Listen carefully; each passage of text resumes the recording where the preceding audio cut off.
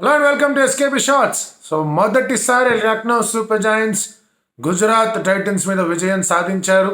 Modest score, ఇంకా చాలా ఎక్కువ కొట్టి ఉండాల్సింది, బట్ యష్ ఠాకూర్ దగ్గర నుంచి అద్భుతమైన స్పెల్ అనేది కనిపించింది. మంచి స్టార్ట్, అటు బాల్తో ఇటు బ్యాట్తోను. కానీ బ్యాటింగ్ చేసేటప్పుడు మిడిల్ ఓవర్స్లో చాలానే వికెట్లు కోల్పోయారు. ఈ మ్యాచ్లో టర్నింగ్ పాయింట్లు ఏంటి? Let's get started.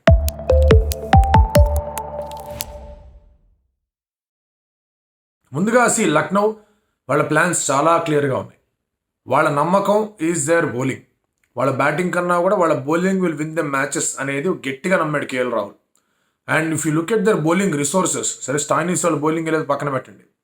Krunal Pandya, Bishnoi, Naveen ఉల్లక్, ఆ తర్వాత యష్ ఠాకూర్, మయాంక్ యాదవ్ ఒకటే ఓవర్ వేసాడు, అది పక్కన పెట్టండి. So they had lot of resources with them. So అలాంటి నేపథ్యంలో వాళ్ళు ఏమనుకున్నారంటే, సరే మాకు ఒక కావాల్సిన స్కోర్ వచ్చింది అంటే వీ కెన్ డిఫెండ్. దానికి తోడు ఏంటంటే వాళ్ళ వాళ్ళ డిఫెన్స్ రేట్ అనేది 87-88% ఉంది. ఈ మ్యాచ్ గెలిచారు కూడా 90% గెలి ఉంటుంది. 160+ స్కోర్స్ వాళ్ళు డిఫెండ్ చేసిన తీరు చూస్తే అవురా అంటారు ఐపీఎల్లో ఈ 4 మ్యాచ్ల్లో. సో ఇటువంటి పొజిషన్లో ఉన్నప్పుడు ఓకే ఫైన్, ప్రీవియస్ మ్యాచ్అప్స్ అనేవి మనం ఎప్పుడు గుజరాత్ మీద గెలవలేదు, ఈసారి గెలుస్తాం విషయం పక్కన పెడితే కనుక స్ట్రెంగ్స్ ఏంటి అనే దాంతో టీంని జాగ్రత్తగా వాళ్ళు కుదుర్చుకున్నారు. పెద్దగా చేంజెస్ ఏమీ లేవు. Devdutt Padikkal still got go head, సరే ఫైన్ అనుకున్నారు వాళ్ళు. అంతా బాగానే కనిపించింది. బ్యాటింగ్ చేయడం మొదలుపెట్టారు. ఉమేష్ యాదవ్ వేశాడు, క్వింటన్ డికాక్ వికెట్ తీశాడు. So Quinton de Kock is the man in form. Last 2 మ్యాచ్ల్లో కూడా డికాక్ బాగా ఆడడంతోనే ఆ స్కోర్ అనేది అంత హైగా రావడానికి రీజన్ అయింది. ఎప్పుడైతే డికాక్ వికెట్ పడిందో ఇమ్మీడియట్గా ఒక చిన్న పానిక్ మోడ్ అనేది సెట్ అయింది. Yes, Devdutt Padikkal on the race shot ఒకటి బాగా ఆడాడు, ఒకటి లెగ్ సైడ్, ఒకటి ఆ విప్ ఆఫ్ ద హిప్స్ బాగా ఆడాడు, అంతా బాగా ఉంది. కానీ అతను అవుట్ అయిపోయాడు. అతని కాంట్రిబ్యూషన్ కూడా మనం ఆల్రెడీ మాట్లాడుకున్నాం. 3లో 3 కాస్త 4 and then came a period where ఇద్దరు బ్యాట్స్మెన్ స్ట్రైకింగ్ అట్ 120. ఒక రిజరెక్షన్ లాంటిది జరిగింది. సరే 2 వికెట్లు కోల్పోయారు, ఒక 4-5 ఓవర్లు జాగ్రత్తగా ఆడదాం అనుకున్నారు. అదే ఎక్కువ. T20లో 5 ఓవర్లు అంటే కనుక ఇట్ ఈస్ 25%. అంత మ్యాచ్లు అయిపోతాయి. So they going at a very slow rate. ఎందుకంటే ఫాలోడ్ బై స్టాయినిస్, వాళ్ళ దగ్గర పూరన్, వాళ్ళ దగ్గర బదోని, పెద్ద హిట్టర్లు ఉన్నారు అక్కడ, బాగా ఆడగలరు. అండ్ వాళ్ళు ఏమనుకున్నారంటే లేదు మనమే ఫినిష్ చేద్దాం, జాగ్రత్తగా ఆడదామనే ఆలోచనలో ఇటు వీళ్ళిద్దరూ కనిపించారు. చాలా డాట్ బాల్స్ పడ్డాయి. అండ్ రాహుల్స్ ఈ ఇన్నింగ్స్ అనేది ఈ మ్యాచ్ గెలిచేశారు కాబట్టి సరిపోయింది. కానీ మ్యాచ్ కనుక పోయి ఉంటే కనుక కంప్లీట్లీ రాహుల్ దానికి రెస్పాన్సిబిలిటీ వహించాల్సి వచ్చేది. It is an absolutely poor innings. ఎందుకంటే ఓపెనర్గా వచ్చినప్పుడు ఐ అండర్స్టాండ్ వికెట్లు పడుతున్నాయి, కొంచెం జాగ్రత్తగా ఆడాలి. బట్ ఎప్పటిదాకా 30 బాల్స్ ఆడి, ఓపెనర్గా 30 balls Audi your only scoring 106 runs, 106 strike rate అంటే ఇంకా దాని గురించి ఎంత మాట్లాడాలి. పిచ్ అనేది కంప్లీట్లీ బ్యాటింగ్కి ఫేవరబుల్గా ఉన్న పిచ్. ఇట్ ఈస్ 190 పిచ్, అందులో డౌట్ లేదు. ఎందుకు బ్యాటర్స్ ఫెయిల్ అయ్యారంటే ఇక్కడ వీళ్ళు కొంచెం ఓవర్ కాషియస్ నేచర్లో ఆడారు. అక్కడ బౌలింగ్ బాగా జరిగింది, బ్యాటింగ్ చాలా పూర్గా జరిగింది. శుభ్మన్ గిల్ ఈవెన్ వెంటనే పోస్ట్ మ్యాచ్ ప్రెజెంటేషన్లో చెప్పాడు, మేము కొట్టేయాల్సిన score, our batting was very poor అన్నాడు. సరే వాళ్ళ సమీకరణాల గురించి కాసేపట్లో మాట్లాడదాం. బట్ ప్రస్తుతానికి this could have been a very good knock. KL Rahul మంచి ఛాన్స్ వచ్చింది ఆడడానికి. బట్ ఎప్పట్లాగే అతను ఒక సెకండ్ స్ట్రాటజిక్ టైమ్ అవుట్ తర్వాత యాక్సలరేట్ చేద్దాం అనుకున్నా, అప్పుడు వికెట్ పడింది. స్టాయినిస్ కొట్టాడు 2 దర్శనాల కంటే 2 6 వికెట్ కరెక్ట్గా ఆడతాను కూడా అతను వికెట్ పడింది. అతను ఇప్పుడు చూసుకుంటే కనుక 135, 136 స్ట్రైక్ రేట్తో ఉంది. మ్యాచ్ మొత్తం చూసుకుంటే కనుక ఆ ఇన్నింగ్స్ వాల్యూ చాలా పెరుగుతుంది. ఒకవేళ రిజల్ట్ తేడాగా వచ్చుంటే, ఫర్ ఎగ్జాంపుల్ లెటస్ సే అక్కడ కేన్ విలియమ్సన్ వికెట్ పడకుండా, సాయి సుదర్శన్ వికెట్ పడకుండా పార్ట్నర్షిప్ బాగా వర్కౌట్ వాళ్ళు మ్యాచ్ గెలిచుంటే, స్టాయినిస్ ఇన్నింగ్స్ కూడా దానికి కారణమయ్యేది. సో అందుకే ఏమవుతుందంటే T20 అనేది మనం రిజల్ట్ బట్టి చూడకూడదు. Should always look at the process, look at the performance. Result బట్టి చూస్తే కనుక అన్ని తేడాలు జరిగిపోతాయి. కేఎల్ రాహుల్ అనాఫ్ కానీ స్టాయినిస్ అనాఫ్ కానీ వర్కౌట్ కాదు. అదే స్టాయినిస్ ఇంకొక 10 బాల్లు 20 కొట్టుంటే, had it been 55-80 run out of 55 balls, అది బాగుండేది. స్ట్రైక్ రేట్ అరౌండ్ 150 అది బాగుండేది. ఎందుకంటే అతను మధ్యలో వచ్చాడు, 2 వికెట్లు పడ్డాయి, అది కొంచెం రిజరెక్షన్ లాంటిది చేయాలి కాబట్టి ఇనిషియల్గా కొన్ని బాల్స్ తీసుకునే ఒక ఆస్పెక్ట్ని మనం ఒప్పుకోవాలి. అదే ఓపెనింగ్ వచ్చి 30 బాల్స్ ఆడి ఇట్లా ఆడడం, 40 బాల్స్ ఆడి 50 కొట్టడం, ఇవన్నీ వర్కౌట్ కావు ఇక్కడ మోడర్న్ డే క్రికెట్లో, ఎస్పెషల్లీ వికెట్లు ఉన్నప్పుడు అండ్ ఇటువంటి పిచెస్ మీద. Fortunately for Lucknow super Giants ఏమైంది అంటే కనుక యష్ ఠాకూర్ రూపంలో వాళ్ళకి ఒక గన్ బౌలర్ దొరికేశాడు. మయాంక్ ఎప్పుడైతే ఒక ఓవర్ వేసాడో అతను వెళ్ళిపోయాడు. ఒక్కసారిగా ఏమైంది ఏంటా ఇంజరీ, దాని గురించి మాటలు వస్తూనే ఉన్నాయి. జనరలీ ఎక్స్ప్రెస్ ఫాస్ట్ బౌలర్స్ గురించి మాట్లాడుతున్నప్పుడు especially from India they're more injury prone. Injury అయిందా లేకపోతే చిన్న నిగిల్ లాంటిది ఏమైనా వచ్చిందా, చిన్నది ఏమైనా వచ్చిందా, డీటెయిల్స్ అన్ని తర్వాత వస్తాయి. బట్ ప్రికాషనరీ మెజర్గా అతన్ని మాత్రం వేయించలేదు బౌలింగ్. సో ఏంటి పరిస్థితి అనుకుంటున్న టైంలో మీకు ఆ పవర్ ప్లే ఓవర్లో శుభ్మన్ గిల్ వికెట్ పడ్డం అనేది ఈ మ్యాచ్కి టర్నింగ్ పాయింట్. క్వింటన్ డికాక్ వికెట్టో, స్టాయినిస్ వికెట్టో, కేఎల్ రాహుల్ వికెట్ కాదు, ఆ తర్వాత పడిన కేన్ విలియమ్సన్ అద్భుతమైన క్యాచ్ వికెట్టో కాదు. Turning point of this match Shubman Gill's wicket. Shubman Gill and Sai Sudharsan చక్కగా స్టార్ట్ చేశారు. దాదాపుగా వాళ్ళు 9.5 రన్స్ పర్ ఓవర్తో వెళ్తూ వచ్చారు. అక్కడ శుభ్మన్ గిల్ వికెట్ గనక పడకుండా ఉండుంటే మ్యాచ్ జీటీ ఎగురేసుకుని వెళ్ళిపోయేది. ఎప్పుడైతే ఆ వికెట్ పడిందో సడన్లీ ఆ బ్యాటింగ్ ఆర్డర్ చూస్తే కనుక ఏంటప్పా ఇది ఇలా ఉంది, విజయ్ శంకర్ ఉన్నాడు, తెవాతియా ఉన్నాడు, మిల్లర్ కూడా లేడు వీళ్ళ దగ్గర, ఇదేంటి ఇటువంటి బ్యాటింగ్ ఆర్డర్ కనిపిస్తోంది అని చెప్పి కొన్ని డౌట్లు వచ్చాయి. సరే కేన్ విలియమ్సన్, సాయి సుదర్శన్ ఆడతారు, ఇద్దరికిద్దరు మంచి ప్లేయర్స్ ఆఫ్ స్పిన్ అనుకుంటున్న టైంలో Bishnoi produce the gem of a catch. అది కూడా ఇంపార్టెంట్ టర్నింగ్ పాయింట్ కాదనట్లు, అది కూడా చాలా important wicket, no doubts about that. But Shubman Gill wicket అనేది ఇంకా ఎక్కువ ఇంపార్టెంట్ వికెట్. అద్భుతమైన క్యాచ్ పట్టాడు బిష్నోయ్. ఈ మ్యాచ్ ముందు దాకా 10 overs 96 runs ఇచ్చాడు. ఈ మ్యాచ్లో చూసుకుంటే కనుక అద్భుతమైన రీతిలో బౌలింగ్ వేశాడు. And Krunal Pandya extra bounce అనేది రాబట్టాడు. ప్రాబ్లీ దాన్ని తన హయాన్ ఎప్పుడు కూడా ఇట్లా లో ఆమ్ యాక్షన్తో ఇసురు కొడుతూ ఉంటే కాస్త హయామ్ యాక్షన్ అనేది వేశాడు కాబట్టి బౌన్స్ వచ్చిందా, సీమ్ మీద పడి బౌన్స్ అయిందా అనేది మనం మాట్లాడుకుంటే రెండూ జరిగాయి. హయామ్ వేశాడు, సీమ్ మీద కూడా బాల్ పడింది. అందుకే సుదర్శన్ పుల్ షాట్ కానివ్వండి, ఆ తర్వాత నల్కండే స్వీప్ షాట్ కానివ్వండి, రెండు కూడా టాప్ ఎడ్జ్లు తగిలాయి. అండ్ దాంతో ఇద్దరు అవుట్ అయిపోయారు అక్కడ. అండ్ దాన్ని నల్కండేని పంపించడం బాగానే ఉంటుంది. అక్కడ కొట్టాడు, తను స్కోర్ కొట్టాడు, అంతా బాగానే కనిపిస్తుంది, కొంచెం పుష్ ఇస్తున్నాడు. ఎందుకంటే ఆ తర్వాత రానున్న తెవాతే కానీ, ఆ తర్వాత మన రషీద్ ఖాన్ కానీ, వాళ్ళకి కనుక ఒక 4 overs 50 అట్లాంటి స్కోర్ ఉంటే వాళ్ళు కొట్టేస్తారు. అక్కడ దాకా తీసుకెళ్దాం అనే ఆలోచన కరెక్ట్గానే ఉండింది, కానీ వికెట్లు పడిపోతూనే వచ్చాయి. Krunal Pandya was excellent. కృణాల్ పాండ్యా ఎప్పుడు కూడా చాలా ఎకనామికల్గా బౌలింగ్ చేస్తాడు. ఈసారి ఎక్సలెంట్గా వికెట్లు తీసేశాడు. ఆ తర్వాత విజయ్ శంకర్ కాస్త ఆడే ప్రయత్నం చేస్తాడు, విజయ్ శంకర్ అవుట్ అయిపోయాడు. రషీద్ ఖాన్ ఒకటి ఇప్పుడు వచ్చి గిట్టి కొడదాం అనుకున్నాడు, స్లోవర్ వన్ పడింది, వాళ్ళు కొంచెం బౌన్స్ వస్తుంది అనుకున్నాడు, అది కుదరలేదు, అవుట్ అయిపోయాడు అతను కూడా. సో వికెట్లు పడుతూనే వచ్చాయి.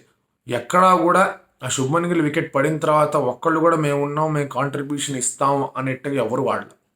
తెవాతే ట్రైడ్ టు ప్లే, లాస్ట్ దాకా తీసుకెళ్దాం అనుకున్నాడు. బట్ బౌలింగ్ అనేది చాలా బాగుంది. మీరు గుజరాత్ టైటన్స్ బౌలింగ్ చూసినా కూడా జాన్సన్ చాలా బాగా బౌలింగ్ చేశాడు, ఉమేష్ చాలా బాగా బౌలింగ్ చేశాడు. సరే మోహిత్ శర్మ ఒక ఓవర్లో రన్స్కి వెళ్ళినా కూడా అది ఇంకా అవుతూనే ఉంటాయి, ఏదో ఒక ఓవర్లో ఎటో ఒకటి రన్స్కి వెళ్తూ ఉంటారు. దర్శన్ నల్కండే ఒక ఓవర్లో రన్స్కి వెళ్ళినా వాళ్ళిద్దరు మళ్ళీ కంబ్యాక్ అనేది చాలా స్ట్రాంగ్గా ఇవ్వగలిగారు. ఇన్ఫ్యాక్ట్ ఒకనొక దశలో Pooran was 0 of 4, 4 of 8, 5 of 11 ఏంది ఇది అనుకున్నారు. ఆ తర్వాత అతని బ్యాట్ నుంచి కూడా 2-3 6 వచ్చేసరికి అది కవర్ అయిపోయింది. And you also went 150 147 strike రేట్కి వెళ్ళిపోయాడు. ఆ 3 6 కూడా చాలా important. So scoring of every ball అనే ఆస్పెక్ట్ ఎంత ఇంపార్టెంట్ T20లో, మ్యాక్సిమైజింగ్ ది ఆపర్చునిటీస్ కూడా అంతే ఇంపార్టెంట్. అందుకే నంబర్ ఆఫ్ బౌండరీస్ ఎవరు ఎక్కువ కొడతారు అనే బ్యాటర్స్ని అక్కడ జల్లెడు బట్టి మరీ తీసుకుంటున్నారు ఫ్రాంచైజీలు వాళ్ళ మినీ ఆప్షన్స్కి వచ్చినప్పుడు.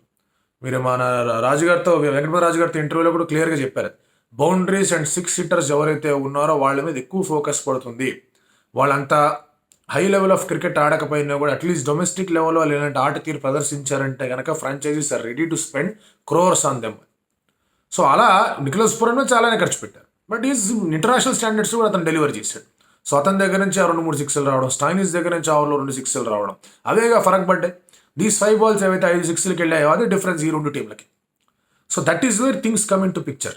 మీరు డాట్ బాల్స్ పడచ్చు, బట్ ఎంతవరకు మ్యాక్సిమైజ్ చేసుకుంటూ ఉన్నారు, అండ్ ఒకవేళ అవకాశం వచ్చినప్పుడు ఎంత తక్కువ రిస్క్తో ఎంత ఎక్కువ మ్యాక్సిమైజ్ చేసుకుంటున్నారు, రిస్క్ తీసుకున్నప్పుడు ఎంతటి క్యాలిక్యులేటెడ్ రిస్క్ తీసుకుంటున్నారు అనేది చూడాలి. శుభ్మన్ గిల్ ఆ బాల్ అనేది కొంచెం ఇంకా ఫుల్గా వస్తుంది అనుకున్నాడు, ఆ full toss on the pads వస్తుందేమో అనుకోండి, ఎందుకంటే అక్కడ జరుగుతున్నాడు కాబట్టి లెగ్ స్టంప్ మీద ఫుల్ బాల్ వస్తుంది అనుకోండి, అంత ఫుల్ రాలి, కొంచెం ముందు పడి, అలా కొంచెం ముందు పడినప్పుడు స్ట్రైట్ ఆడాలి. మరి ఎక్కువ స్క్వేర్ ఆడే ప్రయత్నం చేశాడు, స్క్వేర్ లెగ్ నుంచి కొట్టే ప్రయత్నం చేశాడు, వికెట్ ఎగిరింది. ఆ తర్వాత అందరు వికెట్లు పడిపోతూ వచ్చాయి. తెవాతే ప్రయత్నం చేసిన వర్కౌట్ కాలేదు. There have been some terrific bowling performances. కానీ విదర్భాకి చెందిన యష్ ఠాకూర్ ఎప్పుడైతే అతని టీంకి ఆ పర్ఫార్మెన్స్ అవసరం అప్పుడే అందించాడు. మొదటి 5 wicket haul from bowlers. I think ముందు ప్రీవియస్ బెస్ట్ వాస్ ఫిజ్ అనుకుంటా, 4 for 29. ఇక్కడ 5 వికెట్లు తీశాడు. అండ్ 5 కూడా ఇంపార్టెంట్ లెవెల్లో ఆ వికెట్లు అనేవి పడుతూ వచ్చాయి.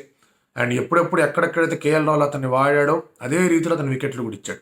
KL Rahul's rotation of the bowlers చాలా బాగుంది. బ్యాటర్గా లాట్ ఆఫ్ క్వశ్చన్స్ రేజ్ అవుతాయి అతని బ్యాటింగ్ మీద, బట్ క్యాప్టెన్గా మాత్రం ఎప్పుడైతే శుభ్మన్ గిల్ వికెట్ పడిందో అక్కడ ఇంకొంచెం డాట్ బాల్స్ వేయచ్చు, ఇంకొంచెం టైటర్ లెన్స్ వేయచ్చు. కృణాల్ పాండ్యాని తీసుకొచ్చాడు, బిష్నాని తీసుకొచ్చాడు. ఆ వికెట్స్ డెలివరీ అయిన తర్వాత ఇంకొంచెం డాట్ బాల్స్ వేయగలిగారు. ఇమీడియట్గా మళ్ళీ 2-3 ఓవర్లు ఫాస్ట్ బౌలర్స్ దగ్గర నుంచి తీసుకొచ్చాడు. యష్ ఠాకూర్ బాగా వేస్తాడు అని చెప్పి తీసుకొచ్చాడు. ఒకే ఓవర్లో అతనికి 2 వికెట్లు పడ్డాయి. సో ఇలా ఇటువంటి ఆలోచనలన్నీ కూడా KL was ahead of the game. And అందుకే మొదటిసారి Lucknow super Giants Gujarat titans మీద విక్టరీ సాధించింది. ఈ యొక్క పర్ఫార్మెన్స్ చూసిన తర్వాత ఒక 160-130 పిచ్ చూసిన తర్వాత పిచ్ ఏమన్నా స్లోనా, బ్యాటింగ్కి ఏమన్నా అంత ఫేవరబుల్ పిచ్ కాదనే డౌట్లు వస్తాయి. Don't go by the score card. Pitch అనేది కంప్లీట్లీ 190 వికెట్ అది.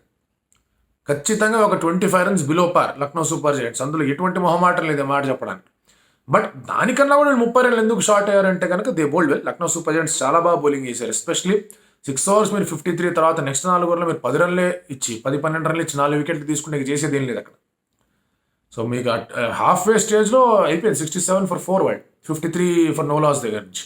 సో అక్కడే తేడాలు జరిగిపోయాయి పూర్తిగా. సో ఆ పీరియడ్ అనేది ఎంత అద్భుతంగా స్పిన్నర్లు కట్టడి చేయగలరు అనేది మనం మాట్లాడుకోవచ్చు. అండ్ గుజరాత్ టైటన్స్ దగ్గర బ్యాటింగ్ లేదు. వాళ్ళ అభినవ్ మనోహర్ బయట కూర్చొని ఉన్నాడు, షారుఖ్ ఖాన్ బయట కూర్చొని ఉన్నాడు వాళ్ళకి. అండ్ వాళ్ళిద్దరు మంచి ప్లేయర్స్. ఒకటి అవసరం ఉన్నప్పుడు they can take the attack to the opposition. వాళ్ళిద్దరు ఎందుకు లేరో తెలియలేదు. అండ్ విజయ్ శంకర్ మీద పెట్టిన నమ్మకం వర్కౌట్ కావట్లేదు. అజ్మత్ వద్దనుకున్నారు ఈసారి, దే గాట్ ఇన్ స్పెన్సర్ తీసుకున్నారు టీంలోకి. ఎందుకంటే ఇంకొక బెటర్ ఫాస్ట్ బౌలర్ ఉన్నాడు, బ్యాటింగ్ మీద ఫోకస్ చేసుకుందాం నూర్. అండ్ అలాగే కేన్ ఆఫ్ కోర్స్ ఇంపాక్ట్గా వచ్చాడు, రషీద్ ఉన్నాడు, స్పెన్సర్ ఉంది, ఇలా అనుకున్నారు. బట్ మిల్లర్ లేని లోటు అనేది కనిపించిందంటే మిల్లర్ లేకపోయినా కూడా దిస్ షుడ్ హ్యావ్ బిన్ చేస్ట్.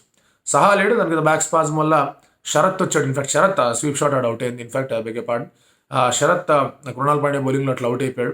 మంచి అవకాశం వచ్చింది అతనికి ఆడడానికి, అతని దగ్గర నుంచి మిస్టేక్ జరిగింది. బట్ గుజరాత్ ఇంకా ఒకటి అంటే ఒక ఎక్స్పెరిమెంట్ అనేది బాగా నచ్చింది. దర్శన్ నల్కండిని పంపించడం, 6 కూడా కొట్టాడు అతను. ఆ ఎక్స్పెరిమెంట్ నచ్చింది. ఒకవేళ అక్కడ అతను 15 బాల్లో ఎంత ఆడు 30 రన్లు కొట్టాడు, 27 రన్లు కొట్టాడంటే 15 బాల్ 25, 15 బాల్ 30 ఆ మధ్యలో ఏదైనా ఇన్నింగ్స్ ఆడి ఉంటే కనుక things would have been different. ఆ గ్యాంబుల్ అనేది బాగుంది, but that did not work out. ఎందుకంటే ఇక్కడ Yash Thakur was on a different pedestal altogether. మనం ఐపీఎల్లోనే చెప్పాం, ఐపీఎల్ స్టార్టింగ్ అప్పుడే చెప్పాం దట్ భారీ రన్లు రావచ్చు, బట్ ఒక బౌలర్స్ పర్స్పెక్టివ్ నుంచి ఈ గేమ్ని అనలైజ్ చేద్దాం, చూద్దాం. ఎందుకంటే వాళ్ళు they have nothing in it for them అని. బట్ ఇక్కడ బౌలర్లు ఎప్పుడైతే విజయానికి కారణం అవుతూ ఉన్నారో that gives lot of I. ముందు మ్యాచ్లో బుమ్రా అద్భుతమైన రీతిలో బౌలింగ్ వేశాడు. అఫ్కోర్స్ అక్కడ షెపర్డ్ రీజన్ కూడా ఉంది, కానీ బుమ్రా అన్ని హై స్కోరింగ్ గేమ్స్లో బుమ్రా బాగా బౌలింగ్ వేయడం. ఆ తర్వాత ఇవాళ ఇక్కడ యష్ ఠాకూర్ బాగా బౌలింగ్ చేయడం. అండ్ ఇటువంటి ప్లేయర్స్ 25-26 ఇయర్స్ అతను డొమెస్టిక్ క్రికెట్ ఆడుతూ వచ్చాడు. ఫస్ట్ క్లాస్ క్రికెట్లో బాగానే వికెట్లు తీసిన ఘనత అనేది ఉంది లాస్ట్ 2 సీజన్స్గా. వాళ్ళకి ఇటువంటి స్టేజ్లో ఆ పర్ఫార్మెన్స్ చేయగలిగే ఆపర్చునిటీ రావడం, దాన్ని వాళ్ళు పర్ఫామ్ చేయడం అండ్ అలాగే సక్సెస్ అవ్వడం అనేది it is matter of lot of happiness. మరి మీరేమనుకుంటున్నారు?